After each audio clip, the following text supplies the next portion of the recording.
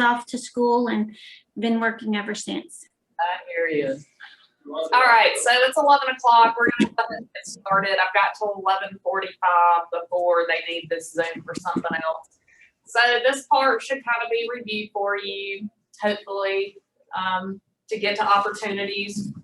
We log straight into command. And opportunities are super important because not only does it house our compliance, but whenever you start creating opportunities, you can kind of see your business at a glance. So we're going to come over here to the handshake. We're going to start a new opportunity. And this is where I say, if you are talking to somebody, if you're, if it's a hot lead, you've got an appointment set, go ahead and start an opportunity for these people, because I love, love, love this screen. It gives you a glance at your business, and you can totally track those people that you are talking to, whether they are 3, 6, 9, 12 months out, whether you've got your appointment set, and then all the way to closing. So I'm going to come over here to where I've got this listing, where I've got it under cultivate. It's just somebody that I've been talking to for a while. I'm watching them, and I love these little phases in the stage. The stages in the phase. I got that backwards.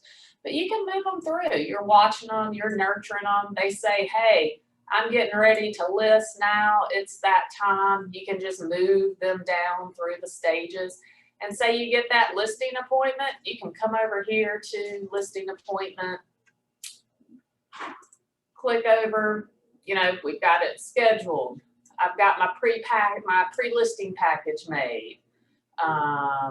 I've kept my appointment and we're going active. But, it's, like I said, it's just a great way to see your business at a glance. So don't be afraid to go ahead and start opportunities for people who are, in your pipeline that you're working with. And like I said, it's okay if they're 3, 6, 9 months out. Keep them in cultivate. And it also just, whenever you see those 1, 2, 3, whatever it is in your sales pipeline over here, it also serves as a reminder, hey, I need to touch that person. I need to reach out to them. Let me just drop them an email. Let me just drop them a text, because, you still want to stay in contact once a month. You just want to, keep getting back to them, keep reaching out while you work that appointment, or you work for that appointment. So let's just start from scratch.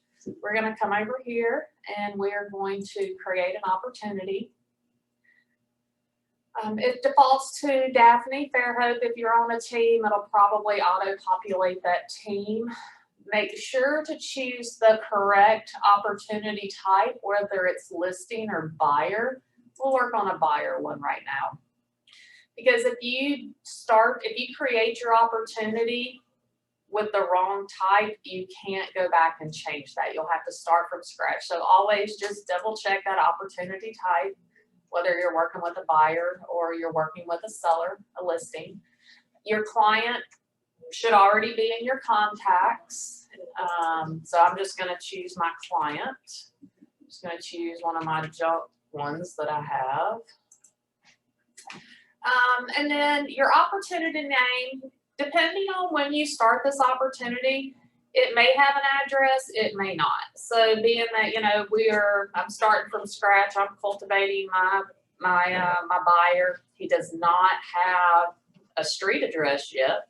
So that's fine. We're just gonna leave it, the client and the opportunity type. I don't have any of this yet, but the commission rate, we want to aim for 3%. And if you're talking to a seller, we are not a discount brokerage. You're not a discount agent. You should be aiming for 6%. And that way it goes 3 to each side. Because if you get into those low 2s, some people are not going to want to show your properties. It's awful whenever I see 2s, 2.2s or whatever in MLS. Which, speaking of which, if you see like something that says 2.4 or so, check our reciprocal list. See if we're on 50-50 with them. Opportunity phase, I say that we'll say I've set my appointment with my buyer and it's scheduled. So we're going to go ahead and create. And it will automatically take you directly into that opportunity, but I'm just going to click back so you can see how it pops up on this sales pipeline. You can see the one that I created. And at this point, once you create an opportunity, you've got a couple ways to get back to it. You can either click on it through the sales pipeline, and this is also where you can move your people through the stages. We'll say we kept our appointment, and we'll say they are active. I had my buyer consultation, and now we are actively searching. All right, so let's just click back. Oh, okay, so you can get to your opportunity that way through your sales pipeline, or you can click up here on this all opportunities, and it'll have everything right there for you. So this was the one that I'm working with. Move this over.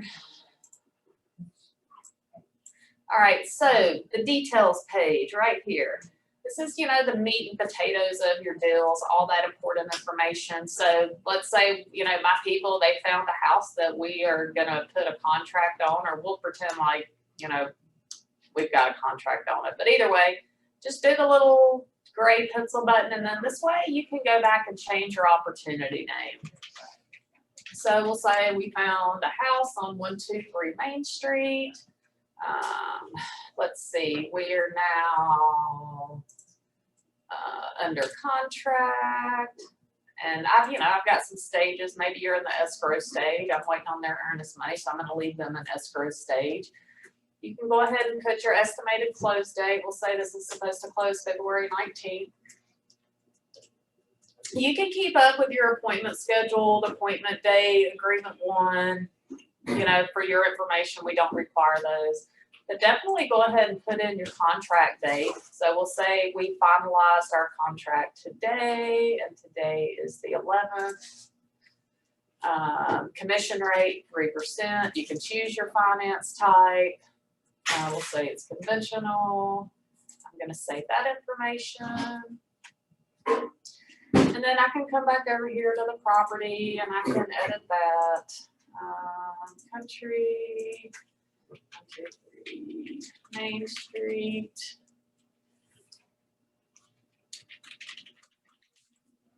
Orange Beach, Alabama. I'll save that. All right, and now we switch over to our buyer profile. This doesn't have too much. This will tell you if your person is signed up on your app or is signed up on your website. And that way you can assign the guide, or they'll be able to access your buyer and seller's guide if they have an app association, or if they're with your app or your website. Documents. This is the second most important piece, or maybe the most important piece, because this is where we house all of our compliance. And this is also where you want to access DocuSign. The reason you want to access DocuSign through your opportunity is when we bring in those documents for compliance, you can just grab them out of your room and put them straight into the placeholder. So we don't require anything for consultation on the buyer side, but we do require things when it goes under contract. So we're going to click over here. You'll see a start a transaction. So I'm going to start a transaction, and I am going to use DocuSign.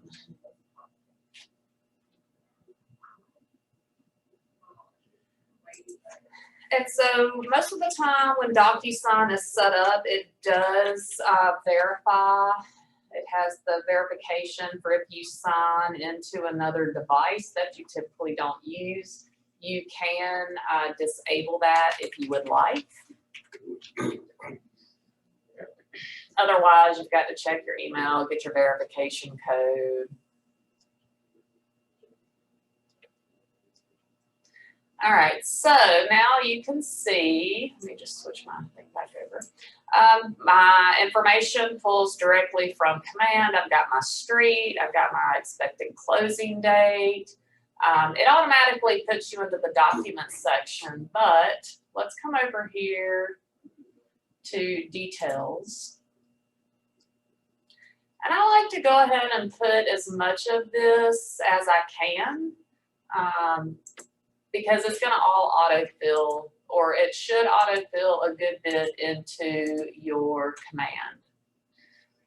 So we'll say 1, 2, 3, Street,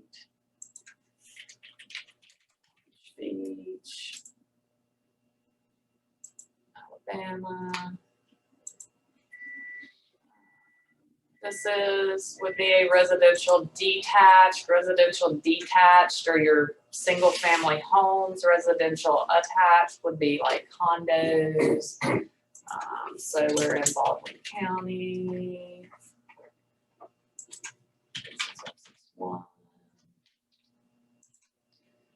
We'll say our contract amount was $250. We're gonna put down $1,000 in earnest money. We'll say our contract date, I don't even remember what I said it was originally. We'll say it was the 5th. Our expected closing date, that auto-filled to 19. And sometimes you will find that some of that stuff that you put in does not quite pull through. It does seem like KW is constantly working on improving DocuSign. I've seen big changes since we made the move a year and a half ago. All right, so I've got, my seller stuff luckily came through, or my buyer information came right through from command. So let's save this. All right, and just to make sure that everybody is set up to where they can access all of the documents, go ahead and click on your picture and go to preferences. If you right click on preferences, you can just open it up in a new tab, and that way you've still got your room open.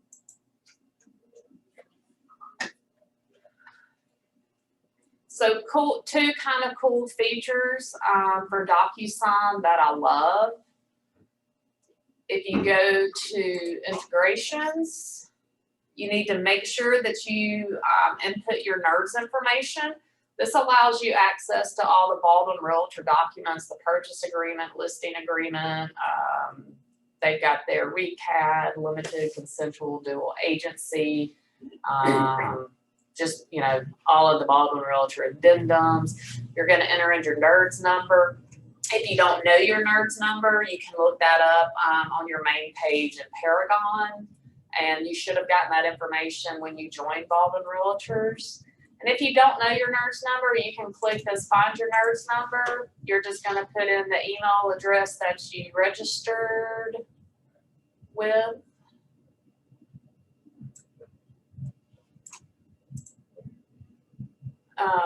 Or you can do your last name and license number, and then it'll give you your NERDS number. So you're going to take your NERDS number, you're going to put it right here into the ID, and you're going to validate it against the Baldwin County Association of Realtors. That's the old name from Baldwin Realtors. It'll still come across as Baldwin County Association of Realtors in various places, though. But same thing as Baldwin Realtors. Put your NERDS number in there, and then you are going to go to Save Changes. And it should auto-populate, or it should give you access to the Baldwin County forms. The other thing while we're in preferences, if you come over here to inbox details, you can sign up for your own fax number, and you can have like your own inbound email if you just want to send things directly to DocuSign. They'll go into your inbox, and then you can move them to rooms. But I love this inbound fax. Because a lot of clients, they have to send, financial documents, and it's always worrisome to me whenever I come into the office and there's just, bank statements or, information about somebody's retirement plans. Even I get medical stuff here, y'all. Sometimes it doesn't even come with the attention to. So if you have someone that needs to fax you information, I mean, make sure, number one, if you're gonna use the office fax, have them put a cover sheet with your name on it, and let Jamie or myself know that you are expecting a fax. So we can, turn around and fax it to you, put it in, and then when we're done, we'll just put it in your mail folder on your desk. Or just get them to send it directly to you, because I don't like having just random financial, banking, help stuff just coming into that copier. It kind of scares me at times. And I've used like my inbound fax number numerous times, just dealing with my CPA, being that they can't email things, they have to fax them. So you'll just ask for it and then save changes. It just automatically assigns you a fax. So if somebody does send you a fax or an email, or you email something to yourself, it's just going to go to your inbox, and then you can move it from there. So maybe it'll spin. Yeah, see, well, those are all things that I sent myself. So, all right, so back to rooms. So now we can come over here to documents. And this is where we're going to add documents. We're going to do most of our editing of those documents here. So it's super easy. If you come over here to add, you're going to go to DocuSign Forms. And my forms thing is going to look different from yours because I'm not an agent, so I don't have a NERDS number. But whenever you click on this select library, you're going to, if your NERDS number is in there, you're going to have two form libraries. You're going to have the Baldwin County Association of Realtors forms that has, like, your listing agreement, purchase agreement, Baldwin Realtor addendums, recap, the limited consensual dual agency. Or you're going to have, and you're going to have our KW 691 folder. And this is everything else. It's our KW office documents. So we've got, our KW letterhead addendum, buyer agency agreement, estimated closing costs, walkthrough, COVID, earnest money procedure. We get a lot of earnest money mailed to the office. Best practice for you, if you are expecting earnest money in the mail, go ahead and fill out the earnest money procedure form and then email Jamie and I a copy. So whenever we get the check in the mail, we know who the check is going to. And that way we can easily deposit instead of having to send out this rando email that says, who's expecting a check? Hey, I have a question right here. May I ask one? Yeah, go for it. Can you tell me why there's not a KW purchase offer agreement in these documents? Is it because we should use the BCAR? Correct. We only use the BCAR purchase agreement and listing agreement. Okay, thank you. You're welcome. Let's see. Yeah, everything else you should need. This is a good one right here. If you have a deal that falls through, you need to make sure to have that release of purchase agreement and earnest money signed by both the buyers and the sellers. If, like, we're holding the earnest money, you need to send that signed copy to Danita, number one, because it has to have a broker's signature. And then once it's been signed by the brokers, because it has to be signed by a buyer, broker, and selling broker, send it to Carson if we're holding the earnest money. Make sure to let Carson know where to send that check. If he needs to mail it to your clients at their home address, or if they're going to pick it up in the Daphne office or the Orange Beach office, just make sure to let Carson know what to do with that money. We've got sales authority addendums. We've got our disclosures, wire fraud. If you have a listing that needs to be withdrawn, we've got the withdrawal of the sales authority. So let me just pick a couple things here.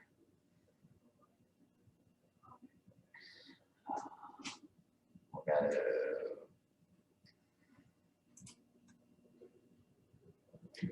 Recap, buyer's disclosure, seller's disclosure. That's fine. Those three. It'll just give you an idea of how to work these. Because like I said, I'm not an agent, so I don't have a NERDS number. I can't access the Baldwin Realtor documents. All right, but it'll autofill and edit pretty much the same way. So you're just going to select your document that you want to work in.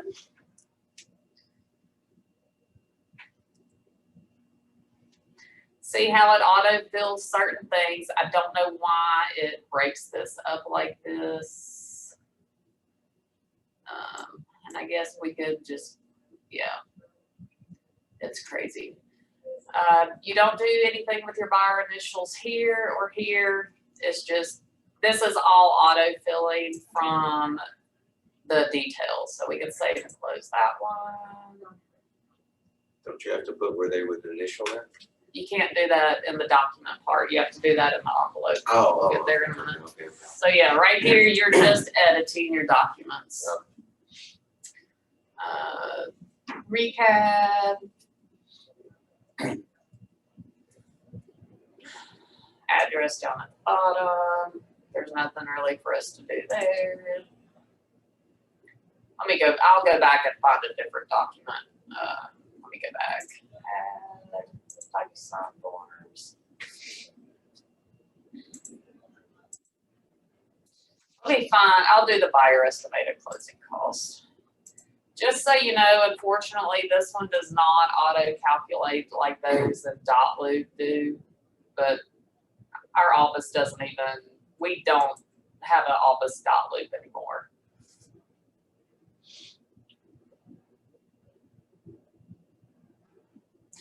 All right, so if you're working with your purchase, we can just put down our purchase price. I think I said $250.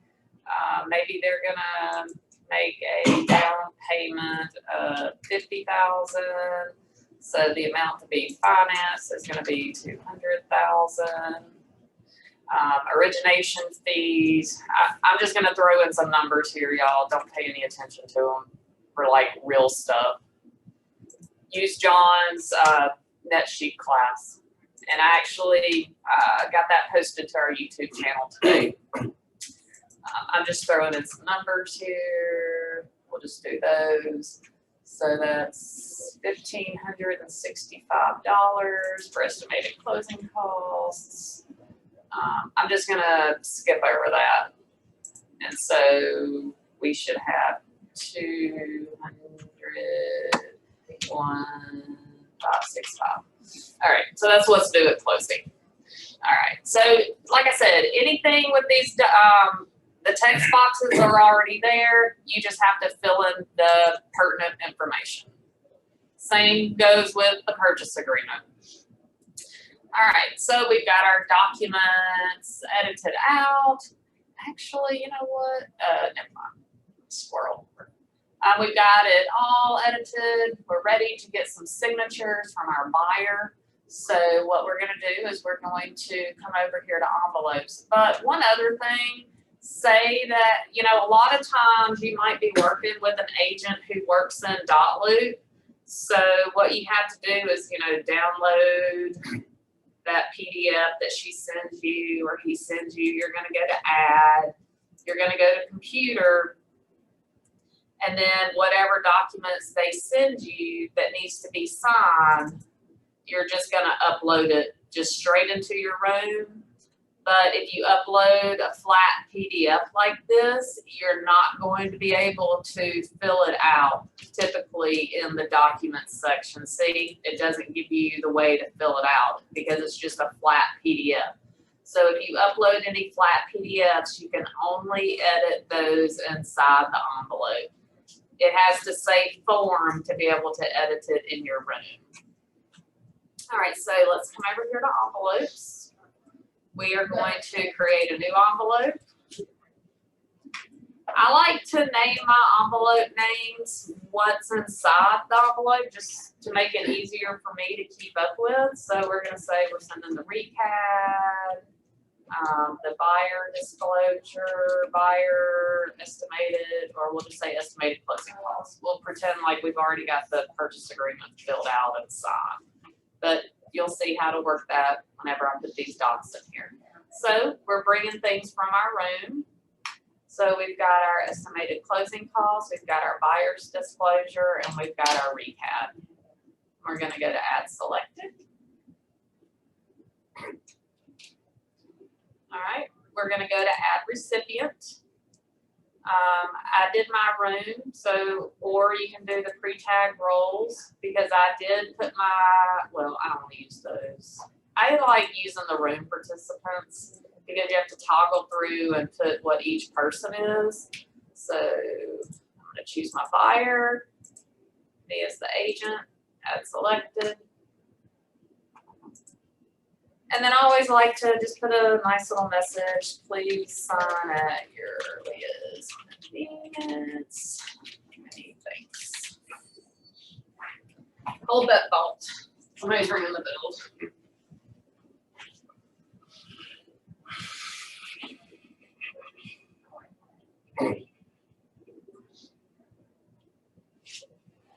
Closed yet on that one you had?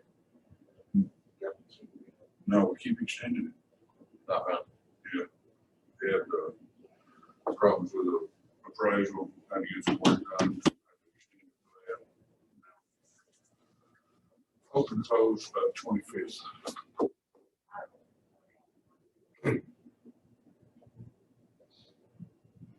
How's that piece of land you had? You sell it or? That land ain't gonna sell. It's way too much money. You want to list, so I told them to list. I told them there's lots in there just like that. All right, sorry about that. All right, so now we are going to go to next. And this is gonna pull in those 3 documents that we added to our envelope. And you know, it's up to you whether you send envelopes, you know, 1 document at a time versus a lot of documents in 1 envelope. You know, honestly, I like sending them together. It just makes it easier.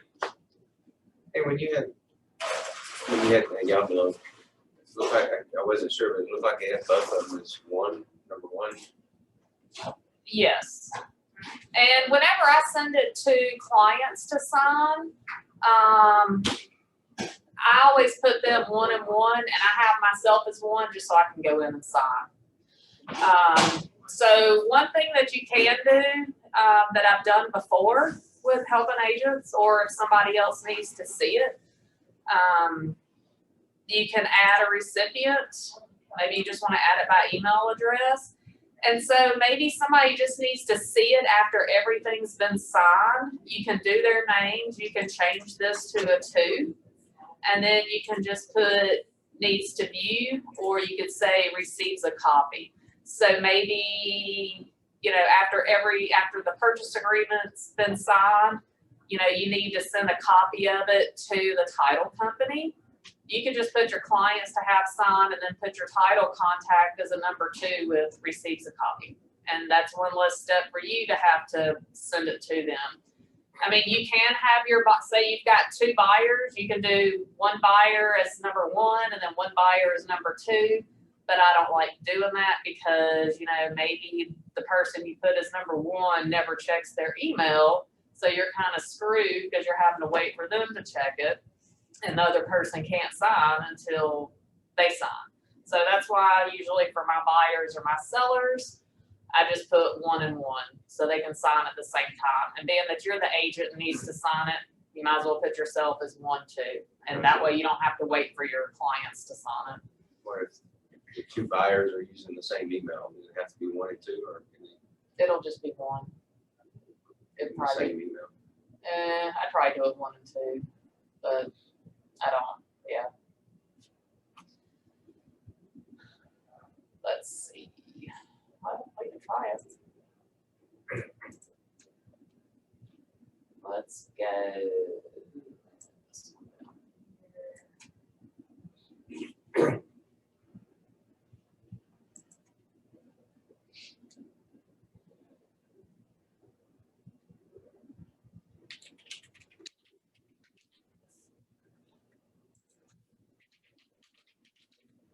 That is the nice thing about DocuSign. 1 person can use the same email address, whereas in DocBlue, you cannot, your clients have to have separate email addresses. So let's get rid of this one. All right. All right, so I can sign it, one buyer can sign it all together, and then the other buyer is gonna have to wait till the first buyer signs. So you can play with your numbers, see what works for you.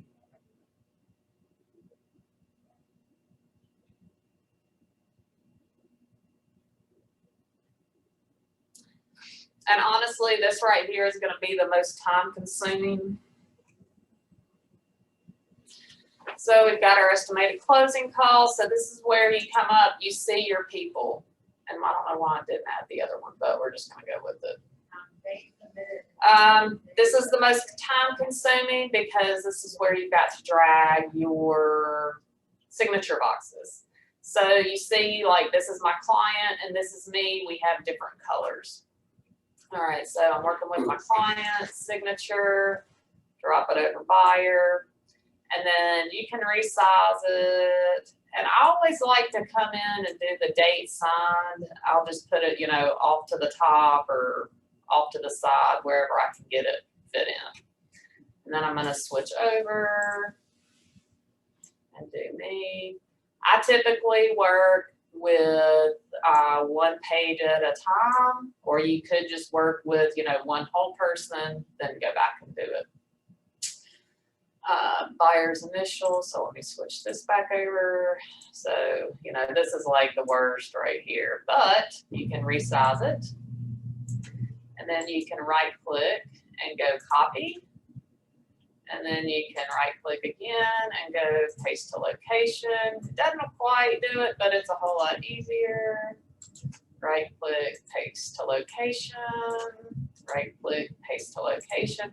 So if you've got to do a bunch of signatures or a bunch of initials, that right click, copy, and then right click, paste to location is the easiest.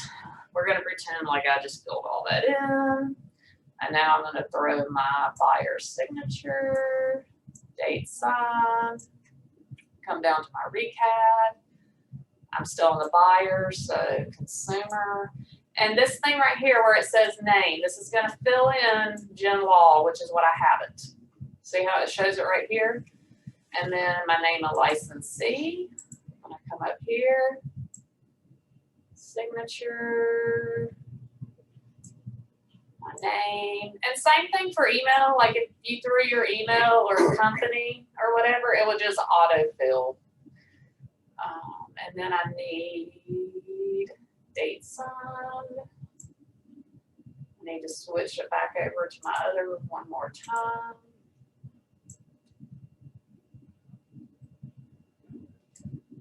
All right, so we're almost done, but one of the best things that you can do, and I do this, go to Recipient Preview and just take a look at it. And you can view as what it would be for your clients to sign it.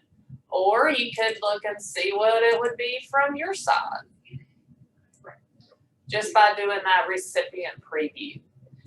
One other thing to note is if you are having to edit something out in this document, maybe you had like another counteroffer or something, or you needed to, throw something in. Let's see. Where can I do something? Here, we'll just throw in something over here, just so you can see it. You know what? We'll just put, I don't know. Maybe we want to, let's say buyer is related to agent or something. And this is not what you would put on your recap. I just need to throw something on here to show you something. So if you add any text right here in the envelope, you need to make sure to come over to the right hand, go to collaboration, and click recipients can collaborate. And let me show you why. If we come up here to recipient preview and we're looking at it like the buyer would see it, where I added on the bottom right there that, buyer is related to the agent, you can't see that. because I don't have that collaboration now. When I do recipients can collaborate, we can come back up to the recipient preview.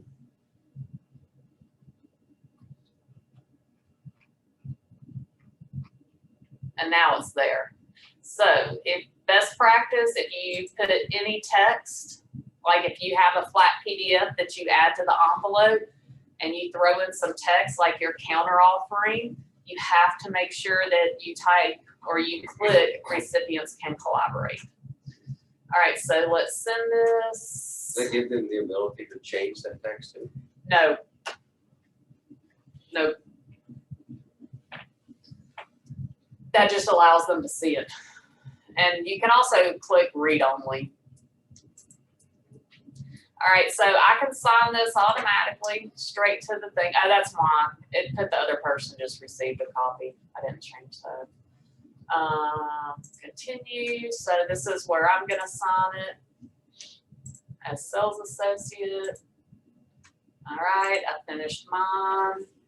Now let me log into my email and sign through here right quick.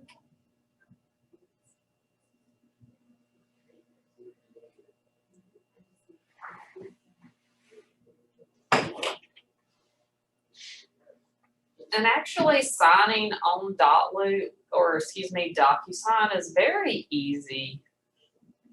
I mean, they pretty much just, click it. They have to first adopt and sign their first signature, and then it's just next, and then tap,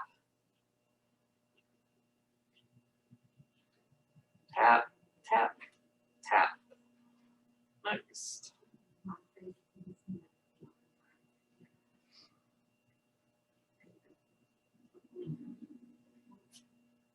All right, got that done. So now let's refresh.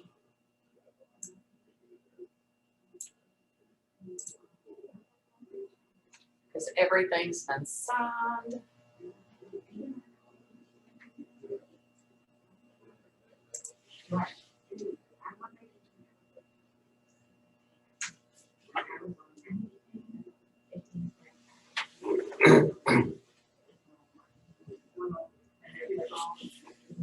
Let's refresh this again.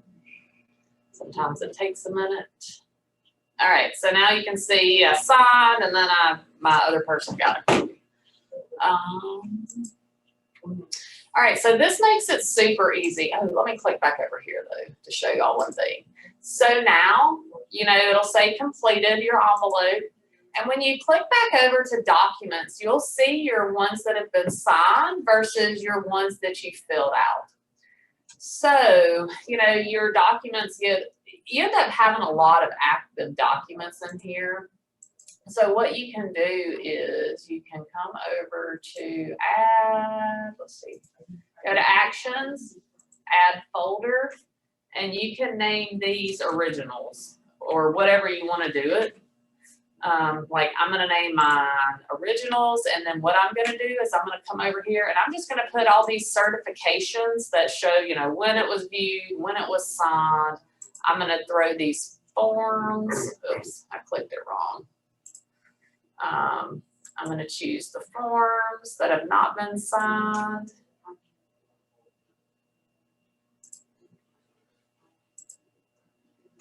And then what I can do is I can drag these and I can move them up to that originals folder. And they all didn't drag. Well, I'll just drag them up one by one.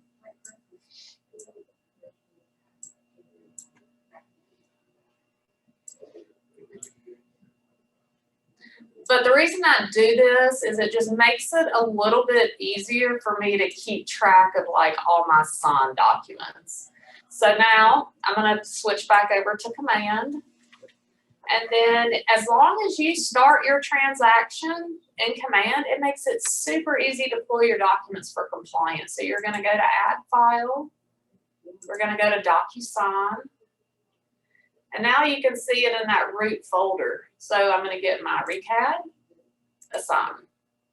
And I love how DocuSign has it off to the side where it says sign. We're gonna get our estimated closing costs, DocuSign, estimated closing costs, assign. And we're gonna pretend like I've got all my other things in here. And once you bring in all of your placeholders, because these are just placeholders showing you what's due or, you know, what's required. Once you get everything in there, you're gonna submit it to MC. And this goes to compliance. This allows Danita to look over your documents, make sure everything's signed, dated, initialed, etc. And most importantly, you should really have your documents in for compliance within like 72 hours of everything of your executed purchase agreement. And that includes your recap, MLS, your estimated closing costs, your disclosures. Get those in within 72 hours. That's 3 days. And the reason we want that is, number one, to make sure you're in compliance, to make sure everything's right. Because if you are missing something, it's a whole lot easier to go back and get signatures or initials, like right when it happens, as opposed to if you wait and submit when you close and say you're missing something on the purchase agreement. If you're missing some, you know, an initial or a signature on the purchase agreement, or if you've had it filled out wrong, it might not necessarily be an executed purchase agreement. So that's one reason. So how fast should you submit your compliance? 72 hours after it goes pending. Get it in, get it in, get it in. And then say you're missing something. There's usually a little text box over here saying why it was rejected.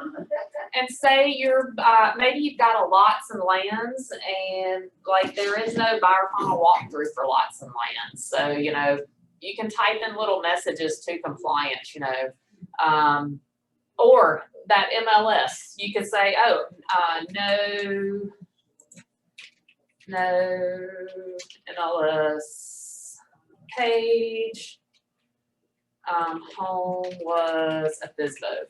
So if there's some reason you're not adding something for compliance, put in a comment onto why you don't have that document.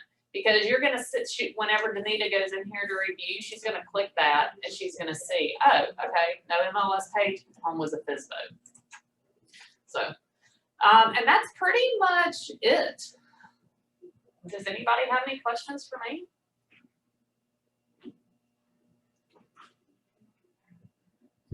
Everybody leave?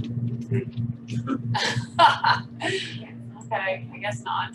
Well, I hope all your questions were answered. If you need anything, let me know. I'm more than happy to sit down with y'all one-on-one. I know this can be confusing at times, but the best advice I can give you is get in here, make a sample opportunity. Do a sample room in DocuSign, do some sample documents, send them to like your personal email address, send them to your spouse, your bestie, a junk email address, just test it out on yourself. And that's one of the best ways that you are gonna learn how. And also, Jay Cermak, he's on Facebook and YouTube. He has some awesome training videos as well. So y'all call me, email me if you need anything.